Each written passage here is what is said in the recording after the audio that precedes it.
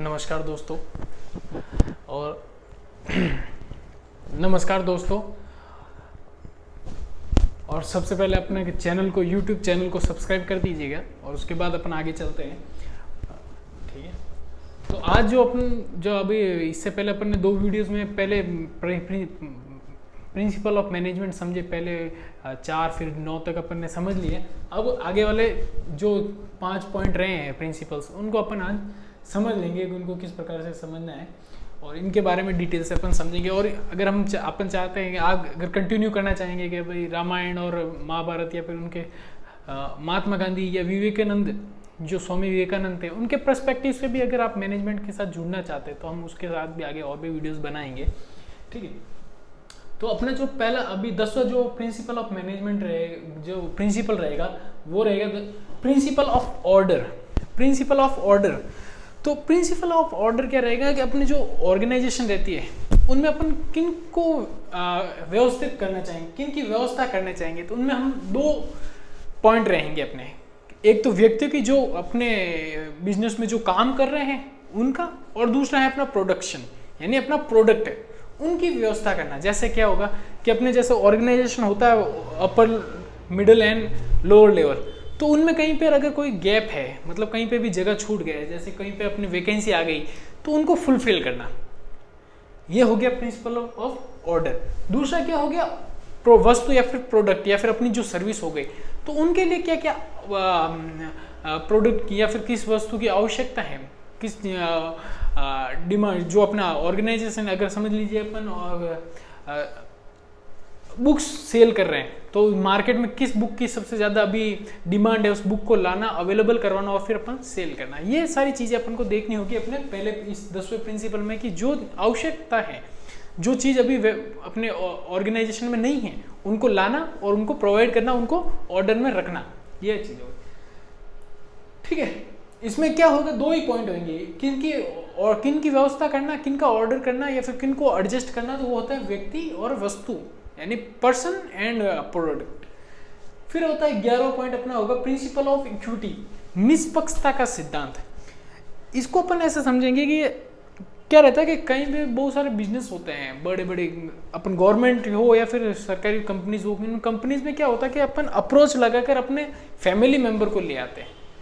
समझे क्या, कि कोई समझ लिए अपर लेवल मैनेजमेंट में है, तो वो क्या करता है, अपने पारिवारिक रिश्तेदारों को, अपने रिलेटिव्स को अप्रोच कर अपने बिजनेस में ले आता है और अपने ऑर्गेनाइजेशन में उसमें शामिल कर देता है। तो फिर वो क्या करता है, वो निष्पक्ष हो जाता है, वो क्या हो जाता है, बायस्ड हो जाता है। किन के साथ, अपने रिलेटिव्स के साथ, जो अपने जान पहचान के, उनके साथ बायस्ड हो जाता है। जब वो अच्छा काम नहीं करते हैं तो उनके साथ वो उस तरीके का बिहेवियर नहीं कर पाता जिस तरीके का बिहेवियर वो दूसरे व्यक्तियों के साथ करता है, दूसरे एम्प्लॉयज़ के साथ करता है, तो वो निष्पक्ष हो जाता है, वो बायस्ड हो जाता है। तो उस प्रकार से किसी भी ऑर्गेनाइजेशन में हमको नहीं करना चाहिए, ताकि नहीं तो अगर हम ऐसे करेंगे तो वो बिजनेस का फेलियर है, अपने ऑर्गेनाइजेशन का फेलियर हो जाएगा। इसीलिए क्या कहते हैं, जब भी ऑर्गेनाइजेशन होना चाहिए, एक अच्छा ऑर्गेनाइजेशन में ऐसा होना चाहिए कि हमें बायस्ड नहीं होना चाहिए, निष्पक्ष नहीं होना चाहिए, निष्पक्ष होना चाहिए, बायस्ड नहीं होना चाहिए। ठीक है, सब में इक्विटी रखनी चाहिए, मतलब सब में समानता रखनी चाहिए। किसी भी ऑर्गेनाइजेशन में हमको सभी को एक समान देखना चाहिए, भिन्न भिन्न तरीके से नहीं देखना चाहिए, अलग अलग तरीकों से नहीं देखना चाहिए। उनके काम के तरीके को हमें ध्यान में रखना चाहिए, वो काम कैसा कर रहे हैं, इस प्रकार से हमें उनको मोटिवेट करना होगा, उनको ऊपर लाने की कोशिश करनी होगी, उनको डीमोटिवेट नहीं करना, उनको मोटिवेट करने की हमें कोशिश करनी ही चाहिए हमेशा। ठीक है, ये हो गया 11वां पॉइंट। फिर अपना 12वां पॉइंट होता है principle of stability of tenure, कार्यकाल के स्थायित्व का सिद्धांत। कार्यकाल के स्थायित्व का सिद्धांत अपने जो फेयल साहब है वो क्या समझाते हैं, वो कहते हैं कि जब भी कोई एम्प्लॉय किसी बिजनेस में आता है, किसी ऑर्गेनाइजेशन में आता है, किसी कंपनी में आता है, तो वो हमेशा चाहता है कि वो एक काम को करे। वो क्या, किसी ऑर्गेनाइजेशन में क्या रहता है, जब वो ट्रेनिंग ले रहा होता है या फिर कभी नया नया एम्प्लॉय आता है तो वो उस काम को सीख रहा होता है, वो आते ही उस काम के लिए प्रिपेयर नहीं होता है, वो आकर वो उस जॉब के लिए अप्लाई करता है, फिर वो सीखता। आपने देखा होगा कि बहुत सारी कंपनीज में वो अकाउंटेंट होते हैं, तो वो नए नए आते हैं, फिर वो टैली सीखते हैं, फिर वो टैली सीखने के बाद उस कंपनी का सॉफ्टवेयर सीखते हैं, सॉफ्टवेयर सीखने के लिए उनको ट्रेनिंग लगती है, ट्रेनिंग के बाद वो उस काम को स्टेबिलिटी के साथ वो काम करते हैं। परंतु क्या रहता है, जब कोई नए नए कंपनी में एम्प्लॉय आता है तो अपन क्या करते हैं, वो काम अच्छा नहीं कर रहा तो हम उसको उठाकर दूसरे डिपार्टमेंट में डाल देते हैं। दूसरे डिपार्टमेंट में भी अच्छा नहीं कर रहा तो वो अलग और डिपार्टमेंट नहीं काम कर रहा तो उसको हम बाहर निकाल देते हैं। हमें इस तरीके से काम नहीं करना होगा, हमें अपने एम्प्लॉय को लाना होगा, उसको ट्रेनिंग देनी होगी अच्छी तरीके से। ट्रेनिंग देने के बाद उसको एक डिपार्टमेंट में रखना होगा, उसको वहाँ से काम करवाना होगा। अगर वो वहाँ पर अच्छा काम नहीं कर रहा तो उसको और ट्रेनिंग की ज़रूरत है, तो उसको और ट्रेनिंग दीजिए और उससे अच्छा काम करवाइए।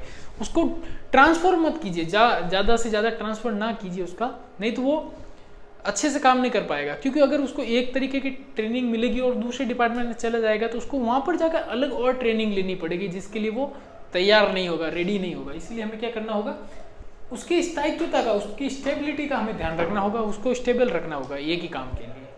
ठीक है, नेक्स्ट पॉइंट है 13 पॉइंट अपना, प्रिंसिपल ऑफ इनिशिएटिव, पहल का सिद्धांत।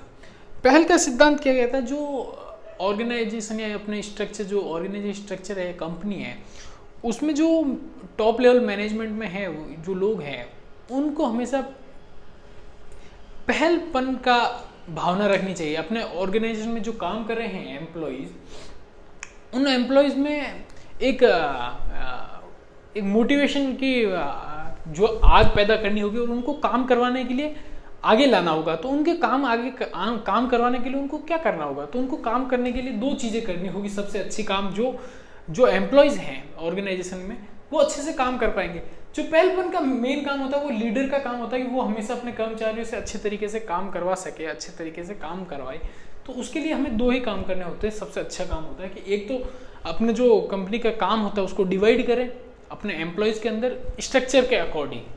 ठीक है, उस स्ट्रक्चर के अकॉर्डिंग ही फिर वो क्या करे, अथॉरिटी एंड लाइबिलिटीज को डिवाइड करे, विकेंद्रीकृत करे। तो इससे क्या होगा, तो वो उनमें लोगों में क्या आता है मैं बताऊँगा, जब अगर काम नहीं मिलता तो वो काम नहीं करते।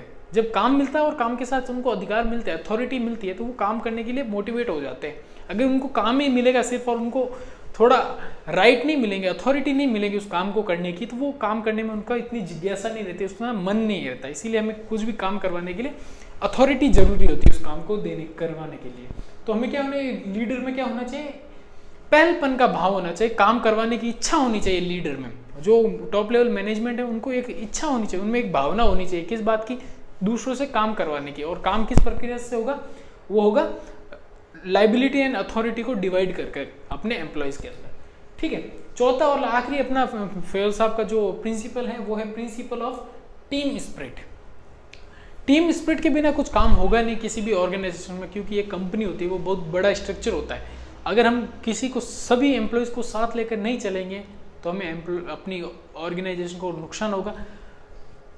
ठीक है, तो इसको क्या टीम स्पिरिट मतलब कि सभी को, अपने जो पूरी टीम है उसको एक साथ लेके चलना सबको।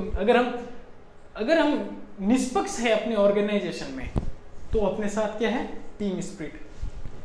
अगर हम बायस्ड है, हम निष्पक्ष नहीं है, तो हम क्या है, हमारी टीम के अंदर क्या है, टीम स्पिरिट नहीं है। क्योंकि हम बायस्ड हो गए तो हमारी टीम कहाँ है, हम बायस्ड हो गए, एक डिपार्टमेंट, एक अपना ग्रुप बना दिया अपन ने। तो हमें क्या करना होगा, हमेशा टीम स्पिरिट के साथ चलना होगा और क्या होना होगा, निष्पक्ष होना होगा। ठीक है, इस प्रकार से ये अपने प्रिंसिपल हो गए। और इसके बाद अभी नेक्स्ट देखते हैं अपन क्या, अभी कुछ और बनाएंगे वीडियो। आपको अगर पसंद आया ये वीडियोस तो इसको लाइक करें और अपने चैनल को सब्सक्राइब भी जरूर करें। ठीक, धन्यवाद।